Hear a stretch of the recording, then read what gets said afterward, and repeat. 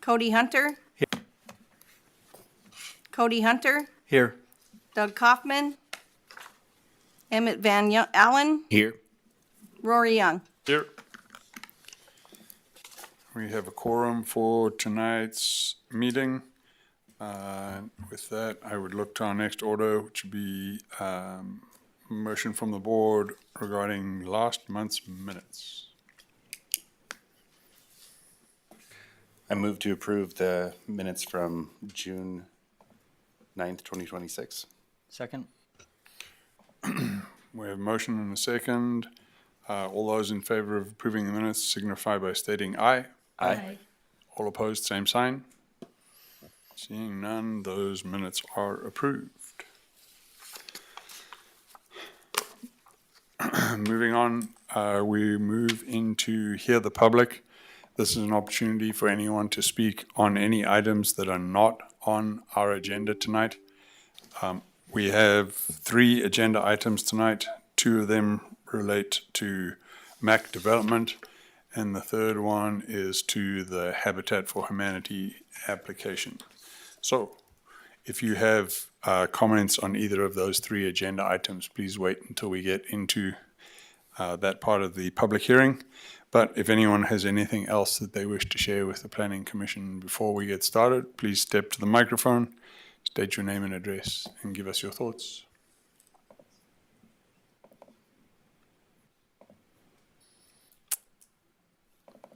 Any Hear the Public?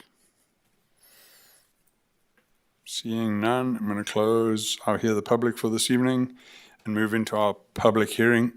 As I said, there are 3 agenda items tonight. First is an application from MAC Development, who are proposing to acquire and rehabilitate an existing HUD-assisted senior rental located at 330 3rd Avenue West in Kalispell. The second item is from MAC Development as well. They are looking to do a low-income rental housing community, 24 units at 40 Appleway Drive.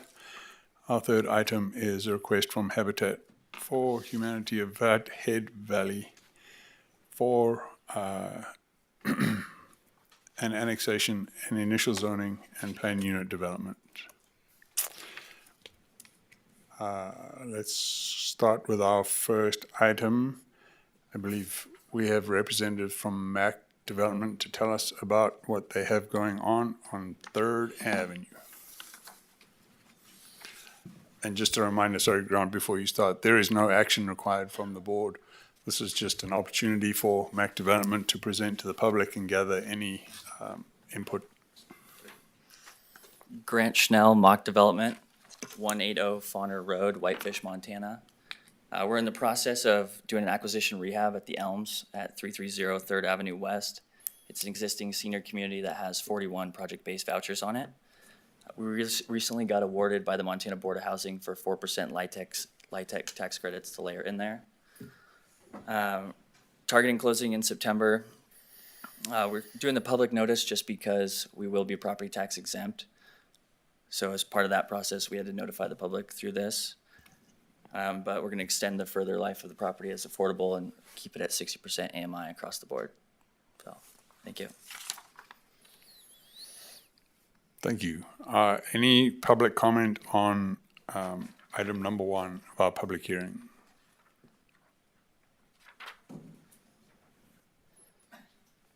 Any public comment? Seeing none, I'm going to close the first item on our agenda and move straight into the second item. Same MAC Development looking to develop at 40 Appleway Drive.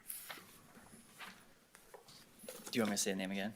Yeah. Grant Schnell, Mock Development, 180 Fauner Road, Whitefish, Montana. Similar to this one, this is a 24-unit project we were awarded 9% tax credits on last year. We will start construction in the next couple weeks.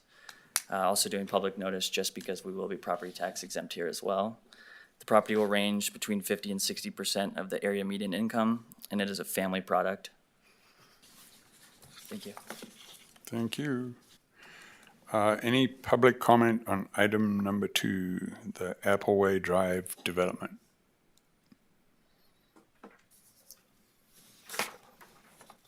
Any public comment? Anyone online? Nope. Okay. Seeing no comment, I'm going to close item number 2 on our agenda and move into item number 3. This is file KA-26-01 and file KPUD-26-01. Habitat for Humanity of Flathead Valley has submitted a request for annexation, initial zoning of R3 residential with a planned unit development overlay and planned unit development approval for the Birchwood PUD. The proposed development consists of approximately 95 residential units, including townhomes, cottages, and detached single-family residences on approximately 21.32 acres of real property, generally located west of Northland Drive. Staff report, please. Good evening, Commissioners. Donnie McBath, Planner 2. Tonight I will be presenting Staff Report K26-02 for Birchwood Annexation and Initial Zoning Applications, and a Staff Report KPUD 26-01 for the Birchwood Planned Unit Development Application. The purpose of this presentation is to provide an overview of the proposal, summarize staff's review, and present the findings and recommendations contained in Staff Report. The subject property consists of approximately 21.32 acres located east of US Highway 93 Alternative, south of 4 Mile Drive, west of Northland Drive, and north of North Ridge Way. The applicant is Habitat for Humanity of Flathead Valley Incorporated. The applicant is requesting annexation into the city of Kalispell, initial zoning to R3 residential with a planned unit development overlay, and approval of a planned unit development for approximately 95 residential dwelling units, including detached single-family homes, cottage homes, and townhomes. During this presentation, I will summarize the applicable review criteria, discuss the technical information submitted in the report of the applications, present staff analysis and findings, and conclude with staff recommendation to the Planning Commission. The review of this application is governed by the Montana Land Use Planning Act, MLUPA, and the city's adopted Kalispell Land Use Plan, Planet 2045. Together, these establish the applicable review process and approval criteria. Under MLUPA, each land use application must be evaluated independently using its own statutory and local approval criteria. Even when multiple applications are considered concurrently, this evening, the Commission is considering 3 related applications: annexation, initial zoning, plan unit development. Although a preliminary subdivision plat has been submitted, it is reviewed through a separate process and is not before the Planning Commission this evening. If these applications are approved, detailed engineering plans, utility design, public infrastructure improvements, and preliminary subdivision plat will continue through the city's subdivision and engineering review process. Throughout this presentation, I will identify the applicable review criteria, summarize the technical information submitted by the applicant, and explain how staff applied those standards in reaching its recommendation. The subject property consists of approximately 21.32 acres located east of US Highway 93 Alternative, south of 4 Mile Drive, west of Northland Drive, and north of North Ridge Way. The property is currently within unincorporated Flathead County and is proposed for annexation into the city of Kalispell. The site is concurrently undeveloped and was previously owned by the Montana Department of Transportation in association with construction of the US Highway 93 Alternative Corridor. The surrounding area includes existing and development residential neighborhoods to the east and south, vacant land to the north, and the US Highway 93 Alternative Corridor to the west. The future land use map, shown on the left, designates the property as a medium-density residential under the Kalispell Land Use Plan, Planet 2045. The vicinity map, shown on the right, illustrates the property's relationship to the surrounding transportation network and adjacent neighborhoods. The medium-density residential designation provides the policy framework for evaluating the proposed annexation, initial zoning, and plan unit development applications and serves as the basis for the staff's consistency analysis.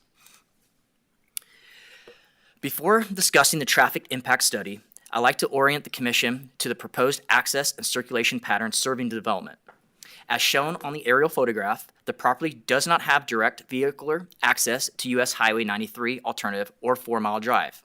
Access to the development is provided through the existing local street network, The proposed primary access is from the Northland Drive, located along the southeastern portion, which is right here. I'm sorry, right here. And a secondary access is proposed from North Ridge Way, providing an additional connection from the neighborhood circulation, which would be right over in this way. Additional connection from the neighborhood, circulation, emergency services, and overall network connectivity. The proposed street network also includes a future street connection to the north, which would be right in this area, which connects, allowing for connectivity should the adjacent property develop and supporting the city's long-term transportation planning objectives. These proposed access points formed the basis of the traffic impact study and were evaluated by the applicant's traffic engineer, the city's independent third-party traffic engineering consultant, and Public Works as part of the overall transportation review. The conceptual development plan establishes the overall framework for the proposed neighborhood, including 95 residential dwelling units consisting of detached single-family homes, cottage homes, and townhomes. The plan also illustrates the internal street network, residential lot layout, pedestrian connections, common open space, landscaping, and stormwater facilities. The overall residential density is approximately 4.46 dwelling units per gross acre, which is considered the medium density residential designation in Kalispell Land Use Plan, Planet 45, and remains below the maximum density anticipated for that designation. As part of its review, staff evaluated the conceptual development plan for consistency with the plan unit development regulations, the Kalispell Land Use Plan, and the applicable review criteria contained in the Kalispell zoning ordinance. It is important to note that this application establishes the overall development framework for the site. Detailed engineering plans, utility infrastructure, subdivision improvements, and construction plans will be reviewed separately through the subdivision engineering and building permit processes if applications are approved. The conceptual development plan shown on the slide serves as the basis for the staff's evaluation of the plan unit development application. As part of the plan unit development application, the applicant is requesting several deviations from the development standards contained in the Kalispell zoning ordinance and the Kalispell subdivision regulations. The plan unit development process provides flexibility in the site design while ensuring the overall development remains consistent with the intent of the zoning ordinance. The Kalispell Land Use Plan and the applicable approval criteria contained in Section 27.19.020 of the Kalispell Zoning Ordinance. For this application, the requested deviations include the absence of an east-west street connection, the use of private alleys to serve certain residential lots, reduced minimum lot sizes, and reduced minimum lot widths. The exhibit shown on the slide illustrates the proposed street layout, lot configuration, and access patterns associated with the request.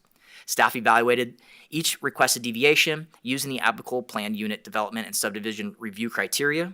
The analysis considered whether the deviations are supported by the overall site design, remain consistent with the intent of the applicable regulations, and satisfy the required approval criteria. The applicant's justification, staff's analysis, and the recommended findings for each deviation are discussed within the greater detail within the staff report.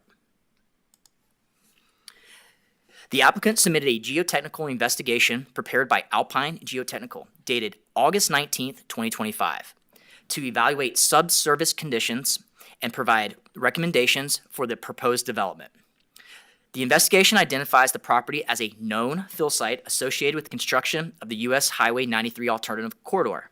Fill depths generally range from approximately 5 feet to more than 17 feet across portions of the site. Beneath the fill, the investigation primarily encountered native silt soils, a native gravel identified only in isolated areas. The investigation identifies several geotechnical considerations for future development, including grading, roadway construction, utility installation, foundation design, and long-term settlement.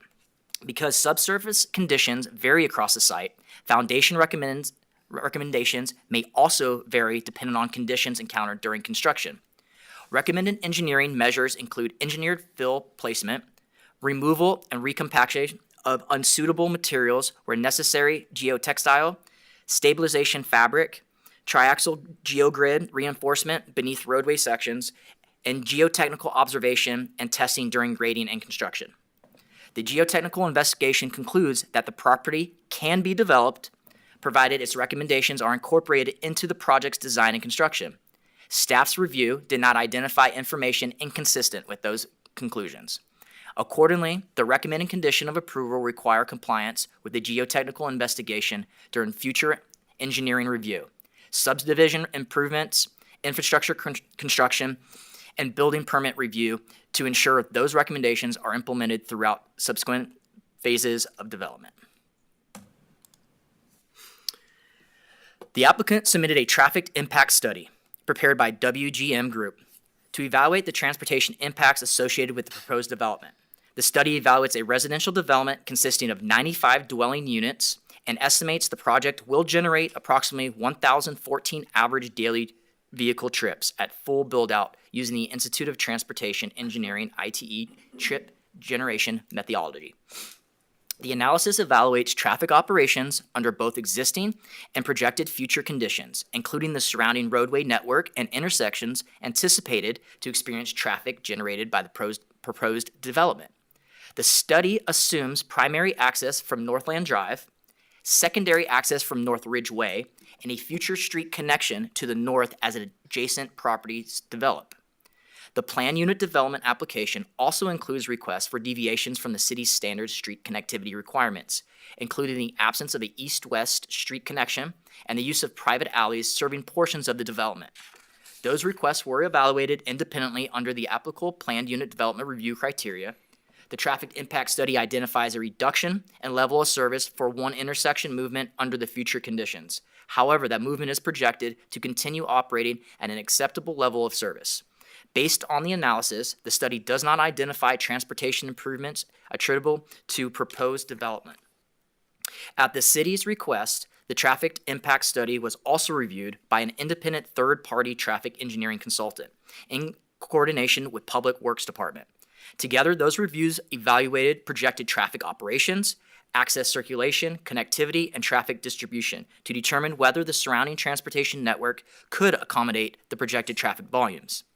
Detailed roadway design, intersection, geometry, alley design, parking layout, emergency access, drainage, utilities, and subdivision improvements will be reviewed through the subsequent engineering and subdivision review processes in the applications, if the applications are approved.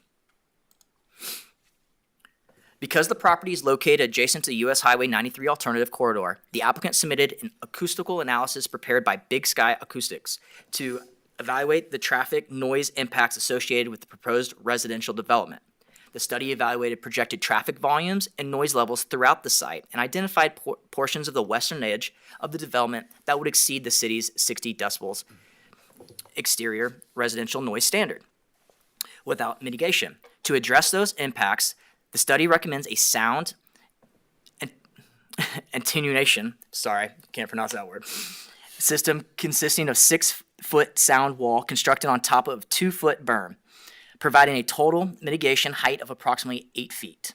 According to the analysis, these measures would reduce projected noise levels to the city's exterior residential noise standard for the affected portions of the development. The conceptual development plan includes open space along the western property adjacent to the bypass corridor, providing an area where the recommended mitigation measures could be located. Final design, location, landscaping, ownership, maintenance responsibilities, and construction details will be addressed during subsequent engineering and subdivision review if the application is approved. The acoustical analysis concludes that the projected traffic noise impacts can be mitigated through implementation of the recommended measures. According to the recommended conditions of approval, require those recommendations to be incorporated into future engineering and subdivision review.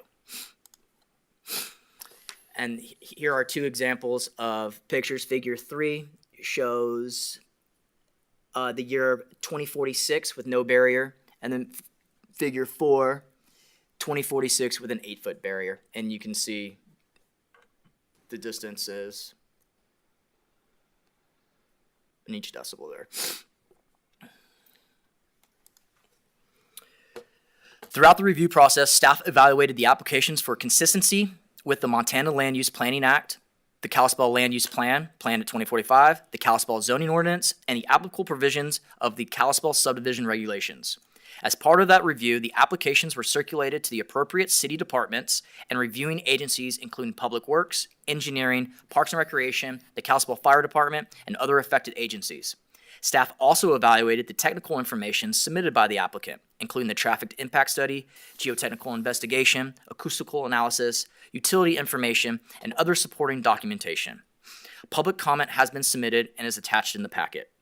Based on the information contained in the record of staff's evaluation on the applicable approval criteria, staff finds that the applications satisfy the required standards for approval, subject to the recommended findings and conditions contained in the staff reports.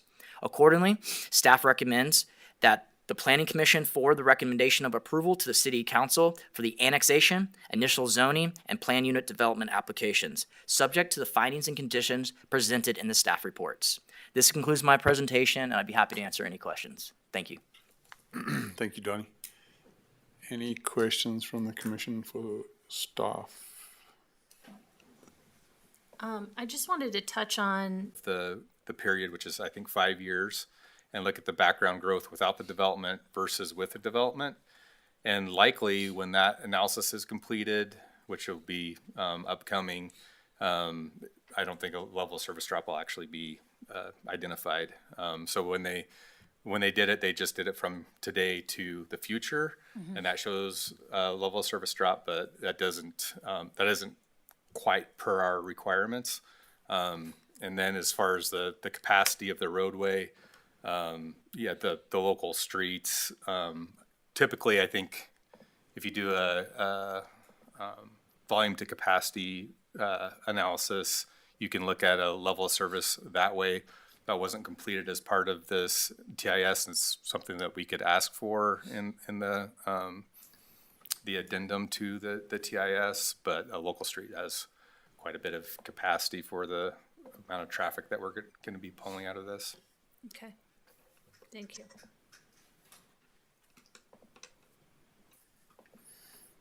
Any other questions? Dustin? Oh, I did have one more. Sure. And maybe Mike is going to address this, but did we get a map of this development adjacent to phase of Northland subdivision that we were going to look at? We requested it during the work session.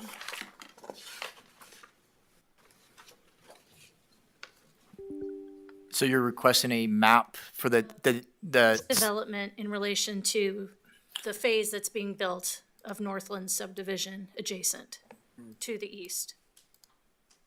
so a map like what's on here? Well, showing the actual road infrastructure of that phase of Northland that is currently being built.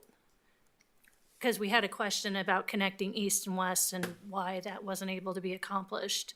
And I know it's because of grade, but we requested a map that showed those two together if possible. Yeah. I didn't know if that was looked at. In general terms, and apologize if it's not in there, but in general terms, the road connections were coming through and then kind of looping up towards the north in the situation right through there with another connection coming through here. There's quite a bit of topography that slopes down towards these homes in this area, as well as through here. When that subdivision went through, there weren't any provisions for any connections there because of that topography made it not impossible, but next to impossible, to make a road connection that would come down. So there were no provisions for a connection to be there.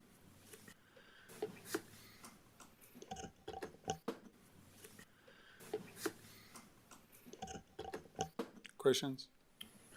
I am curious, looking at page 74 of the PUD, there is some reliance on future road network changes, attaching to 4 Mile Drive over that hill. And that's reliant on that property to the north developing.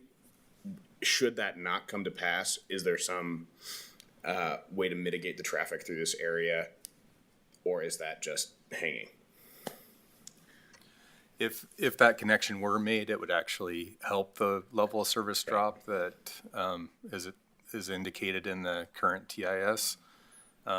So, I mean, that would actually mitigate Right. that I level my of service question drop. is, if it were not to be developed, If Or it were is not that to be developed, plans? then it actually, it appears once they update the TIS report that it's already meeting our standard. Okay.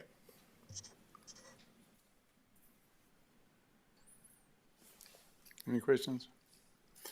I had one question. There's a number of conditions related to the geotechnical, and I'm sure there will be questions on that. I haven't seen the condition before about a geotechnical compliance plan.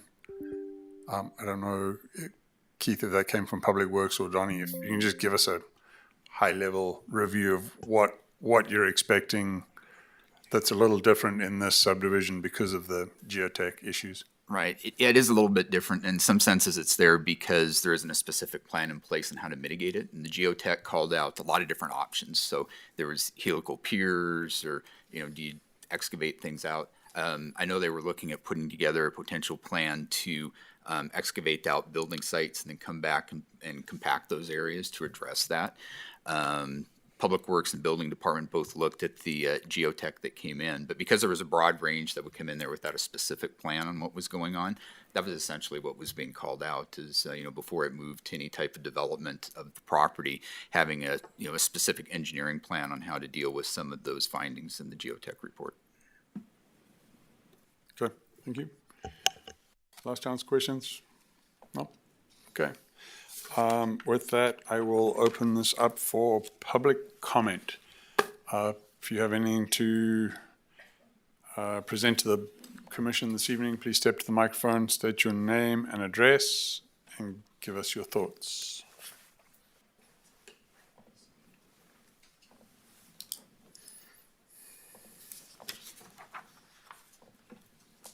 Good evening, I'm Jeff Wilson, 196 Fairway Boulevard in Kalispell. I'm the real estate broker representing the Kalispell Public Schools Student-Built Home Program. And we just completed our 11th home directly south of this development, and we've got one lot left to build on.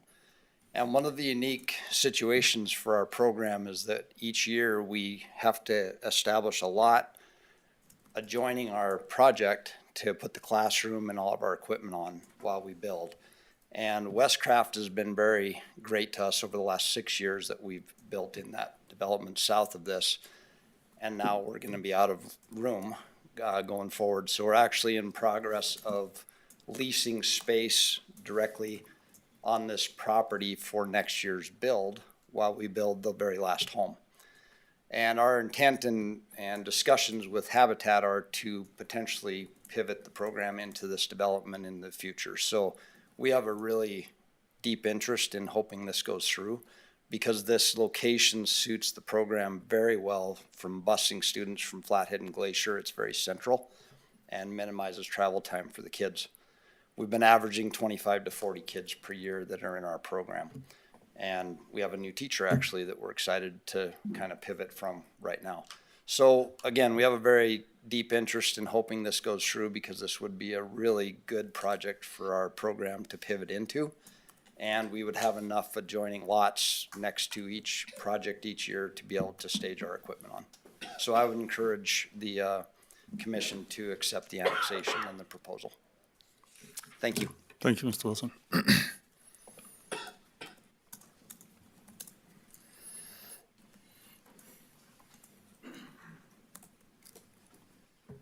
Mike Brody, WGM Group, representing the applicant tonight, 431 First Avenue West. I actually didn't know about the student-built homes, which is kind of cool, but I'm really excited about this development and kind of the format that we're trying to do here.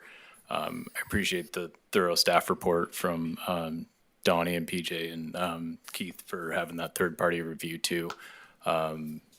Ms. Walker, I was going to address some of the level of service elements there that I heard. I do want to just define what this level of service that we're talking about here is out at Northland Drive and 4 Mile Drive is the only area that is potentially impacted. Mr. Van Allen, you pointed out too that if it does go through to the north, which it's clearly planned for that to potentially happen, should it happen, all that goes away. But as the third-party reviewer seemed to concur with our agreement that you really may not have an issue at that intersection. When we're talking about level of service, we're talking about delay time at an intersection. So level of service B is 10 to 15 seconds of wait, and a level of service C is 15 to 25 seconds of waiting at a stoplight or a stop sign or whatever. And in this case, it's going from, in the no-build condition, it goes from a level of service B of 14 seconds of wait to a level of service C of 15 seconds of wait. So it's really not a notable impact, right? It is just right on that cusp of between those two level of services, which is why I believe the third party agreed with our study as well. As far as the exhibits that you requested as well, Ms. Walker, I did just forward those to Mr. McBath and PJ as well. We talked about them in person. We didn't send them in, so I apologize for not bringing those with me tonight. I don't know if they're able to access their email, but we can definitely provide those after, but it indicates what you're describing. It's probably about 50 to 60 feet of grade that goes from one side to the other. And then as far as the geotech, as you mentioned, I'm not really sure what a geotech compliance report it looks like either. I assume it's going to be a plan of how we're addressing those lots and making sure that I don't think Habitat or anyone else wants to be responsible for homes that settle and end up with a bad problem. And truly, it's a really challenging scenario to deal with, right? So what we are tentatively proposing is to essentially dig out through those lot lines. I had an exhibit that I'd also forwarded in that same email with this, but it's essentially they run a strip to take that down and then rebuild it back up.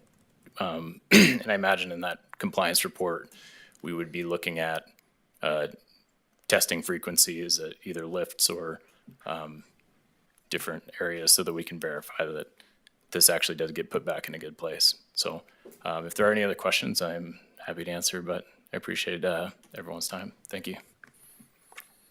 Thank you, Mr. Bodie.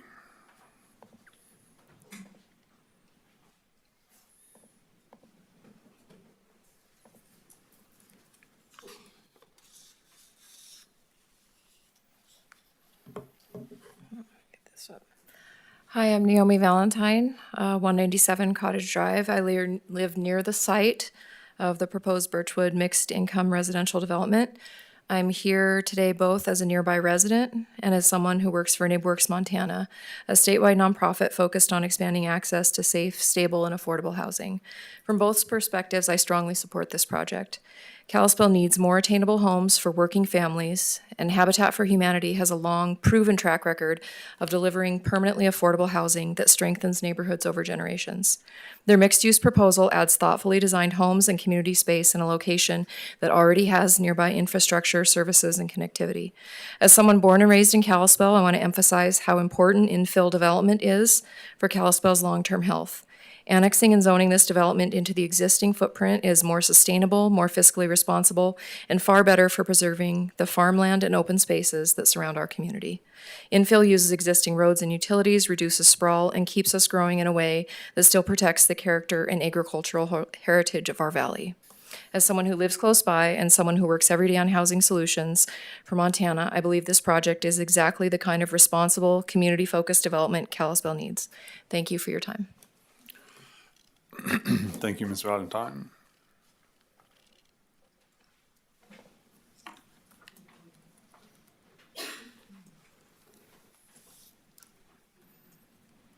James Thompson, 144 Northland Drive. Are you kidding me? 1,000 more vehicle trips per day on Northland Drive. And that does not include construction traffic.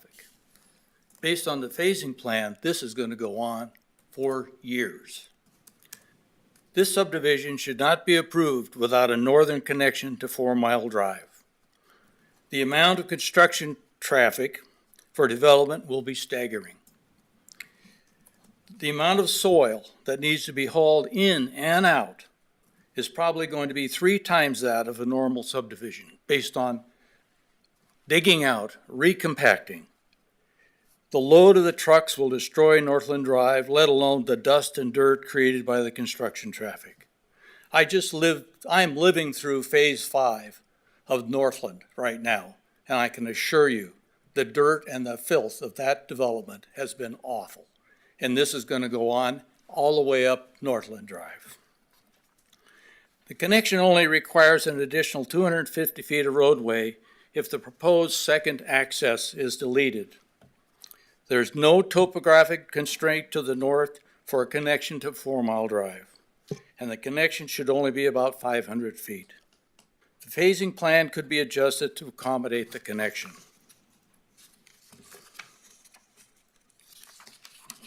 The property owner to the north is Touchmark LLC of Beaverton, Oregon. This access would also benefit their property for future development.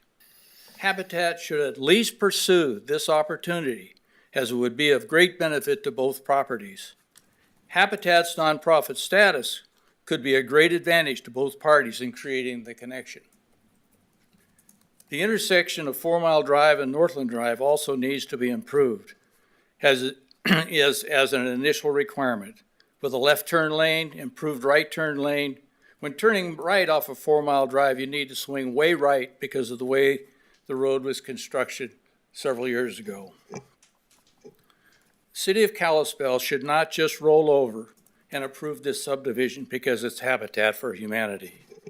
These are critical conditions and are essential to protect property values, safety, and livability of all existing and new property owners. At the very least, Kalispell should require Habitat for Humanity to secure access from 4 Mile Drive for all site improvement construction traffic. This is not an impossibility, and it has not even been discussed and should be pursued. Finally, I would like to say that this application makes no sense when you're trying to build affordable housing. Even if the property was purchased at a discounted amount, all of the development costs will be significantly higher due to the adverse soil conditions. The cost of roads, utilities, structural foundations will all be considerably a higher price. It just doesn't make sense to move on to a 17-foot landfill and try to build affordable housing. Thank you. Thank you, Mr. Thompson.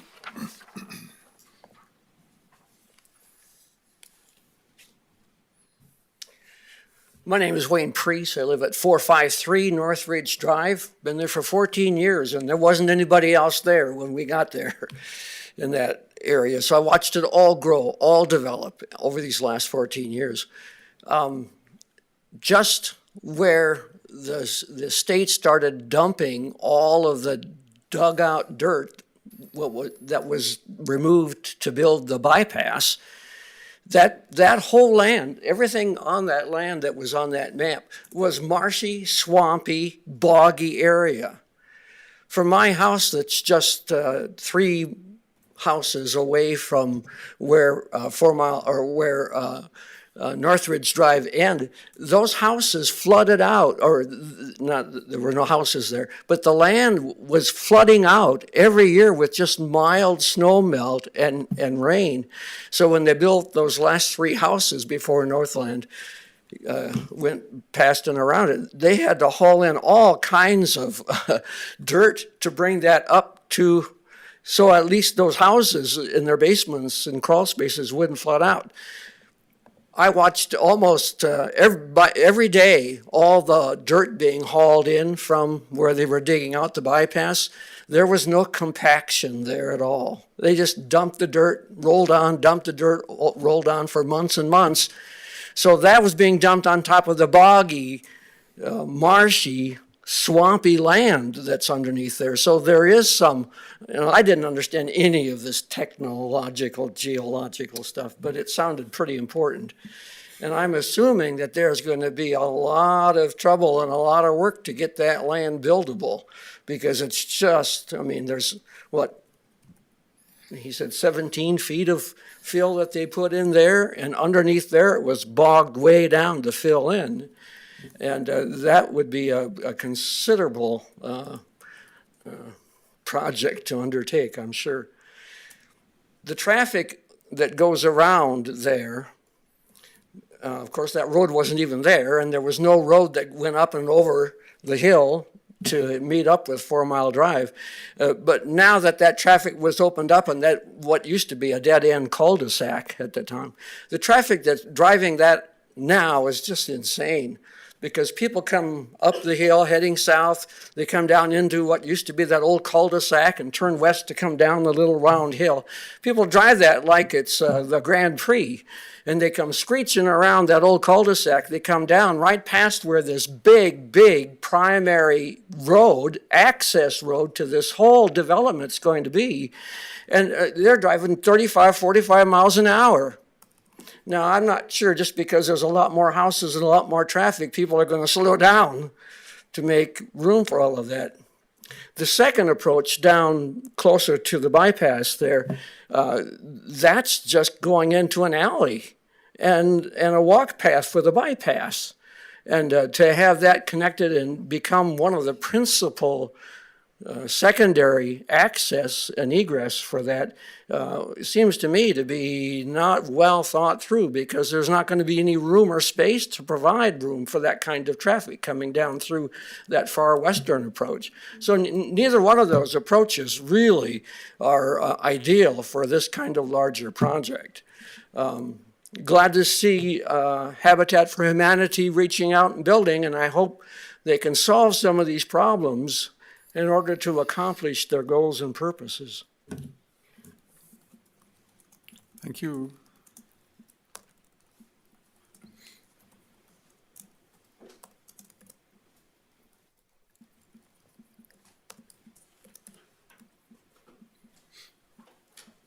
Hi.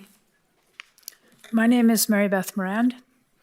I'm the Director of Habitat for Humanity of Flathead Valley, 2535 Highway 93 South. Thank you for this opportunity to speak.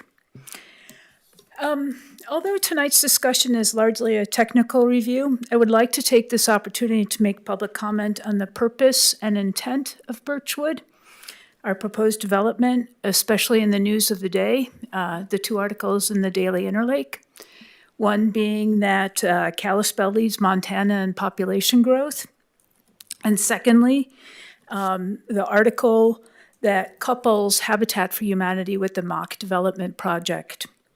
The first article points to something that we all know. We need more housing because we're growing very fast. However, the second article points to the fact that there are very different types of housing that the community needs. Thus, I feel compelled to remind the community and the commission that Birchwood, the proposed housing subdivision for Habitat Flathead, is developing something that is not at all similar to the low-income project on Appleway Drive. Birchwood is a mixed-income, homeowner-occupied only development, and it is in compliance, as you saw tonight, with all of the land use regulations, and it is below the maximum density regulations, and none of those properties will be tax exempt. Birchwood is being co-built with 2 of the current neighboring builders in Northridge, Westcraft Homes, Iron Star Construction, and Student Built Homes, who are all deeply staked in this area of Kalispell and will protect their current investment by ensuring that Birchwood is the most attractive, livable, and viable subdivision possible. In other words, our business partners are amongst the last people who want to bring down the comps or livability of this neighborhood at large. I also just want to remind people about the reasons why Habitat Flathead has chosen to co-build with private sector partners.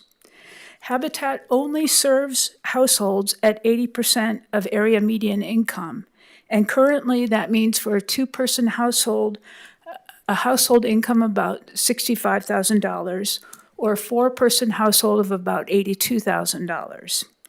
We realize that the need for affordable housing goes beyond people at 80% of area median income, AMI. In fact, Even households making as much as 200% of AMI are having a really hard time getting into homes because of high home prices, because wages have not kept up with housing prices, and because it has become almost impossible for aspiring homeowners to save for down payments at today's home prices, and because of relatively high interest rates that mean a lot of people aren't being qualified at 6.5% or 7%, whereas they would have easily been qualified at 4 or 5%. Habitat Flathead has worked out a way for our private sector partners to afford to build by affordably selling them lots on a property that we bought at a discount. We are dedicated to the idea of making affordable housing affordable to build with our partners. Also, we see housing as a socioeconomic problem that has affected the stability of our community and our valley's households. Habitat Flathead believes the answer to that problem would be the creation of an integrated neighborhood where homeowners are not stigmatized or labeled, but instead have found affordable homeownership near schools, parks and recreation, bike paths, and other well-established safe neighborhoods. Thirdly, Habitat can only build about 20 houses a year because of the sweat equity requirements of our homeowners and a volunteer-based model. So, as the first article in the paper about Kalispell's growth points to, we need more than 20 houses a year, and that's all we can provide as Habitat. We need to scale up rapidly, and that's why we are building with private sector builders, so that this doesn't go on for years and years, but that we can actually build it out, and that it's an integrated neighborhood, mixed income, and considered. There are three last things that I'd like to remind you of. One is, and I don't know if I've brought this up before, but we have always wanted access to 4 Mile. We've asked the landowner, I have documentation of it. If there's any way we could get it, we would love to have it. Secondly, we already have indications that we will continue to have significant in-kind donations that make it affordable for us to develop this property. Frankly, only a nonprofit that can get significant donations can afford to develop this property. Other than that, the only ones who have deep enough pockets to develop a property like that is someone like who's an apartment building builder.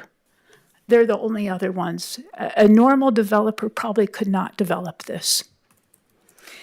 And thirdly, I would like to say that Habitat for Humanity is in large part fueled by contributions that come from this community. And as executive director of Habitat for Humanity, I take that very seriously. And I would not squander or waste any donation that has been given to us. And when people give us money, I always know that they may be giving us that money so their household does without other things, either their kids or their grandkids. And I take the stewardship of all of those donations for the development of this property and anything that Habitat does very seriously. So thank you for reviewing our application, and thank you for helping us develop it responsibly and economically. Thank you.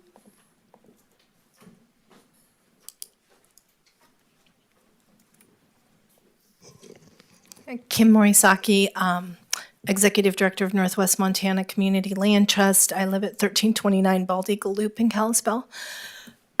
Excuse me. I just want to give a brief support for this project. Northwest Montana Community Land Trust and Habitat have been in partnership for nearly 2 years now, I believe. Excuse me. We are working together to build some Habitat homes on property that was donated to the Land Trust in Columbia Falls. We've worked together here in Kalispell. We're very excited about this as well. One of the extra benefits of this project, once it is actually built, is the MOU between the Land Trust and Habitat, that the homes that are built by Habitat will in fact continue to be affordable in perpetuity, because the Land Trust will have first right of refusal to purchase them and put them into the Land Trust. And for those of you who don't understand how the Land Trust works, it's an organization that was actually started by the city of Kalispell, and the way that we are able to make homes affordable is we take the land price out of the purchase of the home, so people can own the home, lease the land underneath it for $25 with a 75-year transferable and renewable lease. The homes are their homes, they're not renters, and they have to get a mortgage just like anybody else, and their children can inherit the home or they can sell it. So the homes have a way of retaining affordability. We actually go up to 140% area median income. So any homes that are built in by Habitat in this neighborhood are likely to remain affordable forever.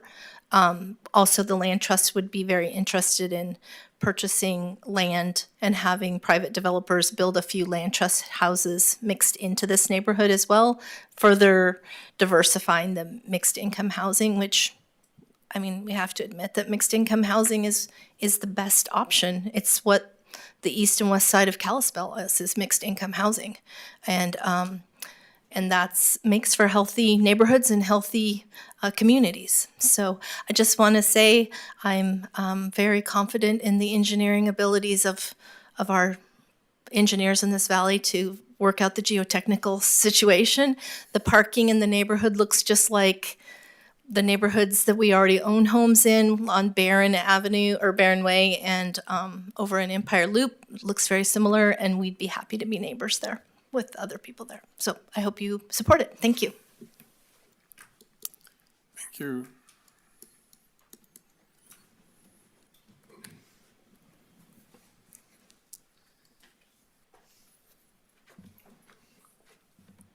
Ryan Soika. I'm currently homeless. My last physical address was 820 East Idaho, which is known as Parkline Apartments, which I know is a great measure of your current growth program with the city. And so I'm just going to plead the first here and give you a little bit of peace of my mind. I had a very bad experience when I moved in that apartment. I was a second tenant at the 820 location, and they played the race card on me. They put me up on the 4th floor of this apartment, and sitting there waiting. They weren't doing any work. It was like no good. You know, the whole apartment wasn't changing until they played the race card on me. So I ended up paying off my lease and getting out of there. I moved here in Montana after being born and raised in central Minnesota, St. Cloud. I watched a lot of things change in that state during my life there.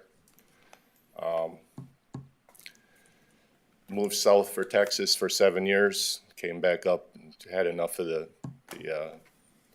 endless road construction and litter everywhere in Texas. So I thought this would be a good place for me to start a life, got a job. Apartment lasted for about a month. So I do have a little bit of heat on my mind. I'm just going to share a little bit of it if you could bear with me for a second. First, I think common sense just says to me that building these houses does not accomplish anything. What it's doing is setting an agenda. The people who in Kalispell now who are poor can't afford any of these houses. When you look at how much they're going to be charging for these houses, and you look at the actual state that they weren't taking into account when they made these figures, these houses are not going to be for poor people. They're going to be for foreigners. That's just the way it is. As far as, and like I say, it's not about racism. It's not about class warfare. It's about culture and right from wrong. I did do a little bit of investigation, and all I can say is don't let the Habitat for Humanity website or the Whitefish Credit Union website fool you. These organizations have an agenda. And Like I say, when you look at Minnesota, the state's upside down. I left before they changed their state flag. There's 20 city councils that are approved flying the old state flag in Minnesota. And when you look at that flag, it looks just like Montana's flag does now. That state is upside down, just like their flag is. And I recommend that Kalispell, Montana, not go the same route that they did, because I went through it. Nobody said anything. They just watched it happen. Or they thought somebody else is dealing with the details.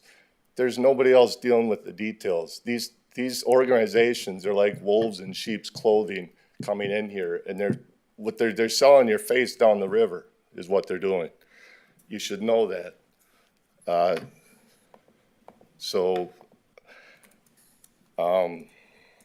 Like I say, I'll just reiterate, these programs are not about serving the poor in Kalispell.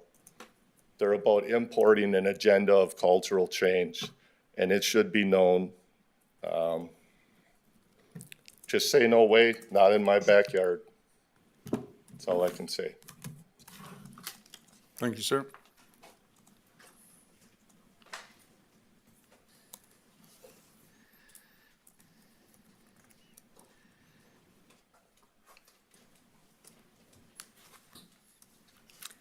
Hello, my name is Kisa Davison. I live at 312 6th Avenue East in Kalispell.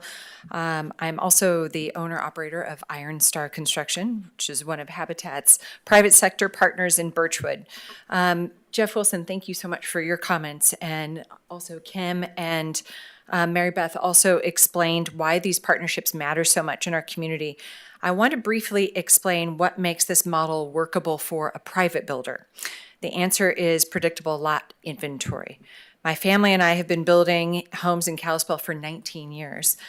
To produce those homes consistently, we have to know three things: how many lots will be available, when they will be ready, and what they will cost.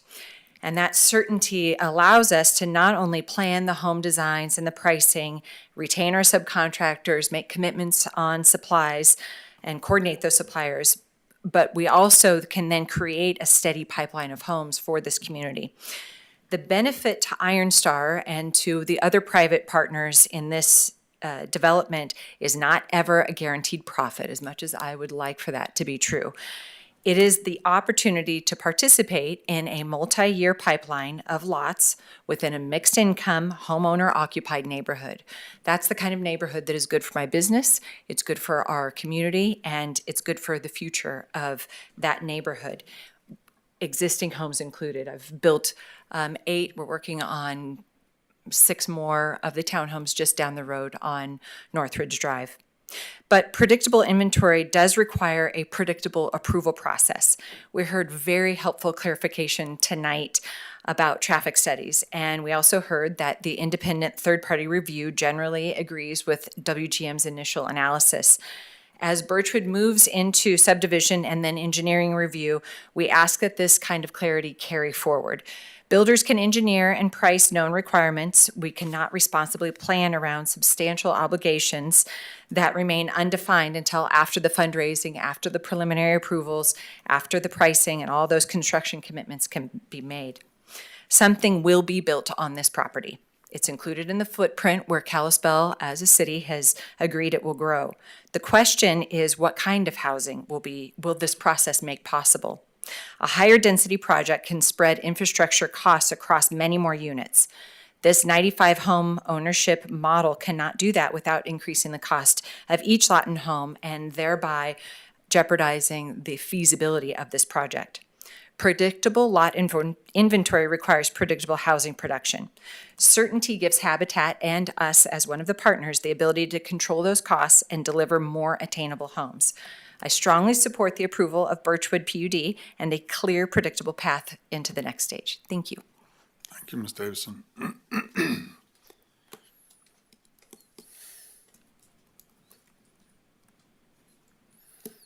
Any more public comment?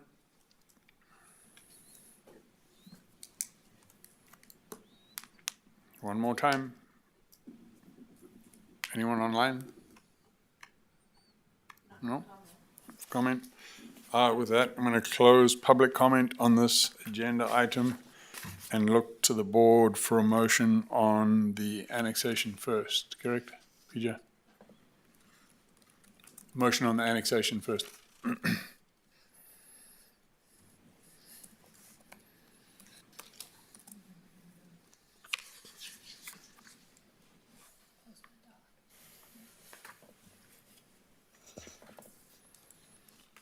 I move to approve file KA 26-01 for request for annexation and initial zoning to R3. Seconded.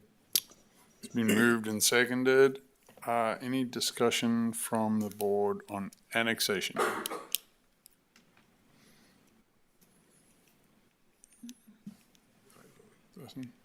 Seems pretty straightforward to me. Yeah, it's within the growth boundary.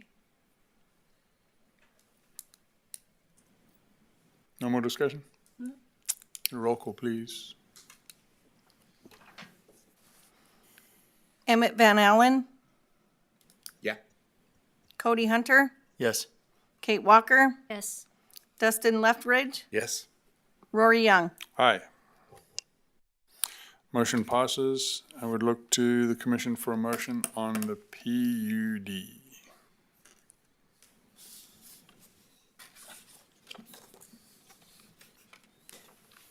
Make me do everything. I move to approve application KPUD 26-01 for planned unit development overlay and planned unit development approval for the Birchwood PUD. Second. We have a motion and a second. Any discussion from the board on the PUD?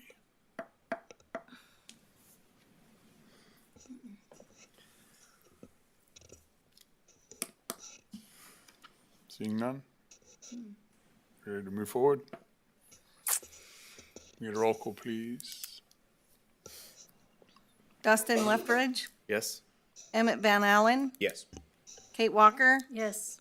Cody Hunter, No. Rory Young. Aye. Motion passes. So both of those items will go to city council August 3rd.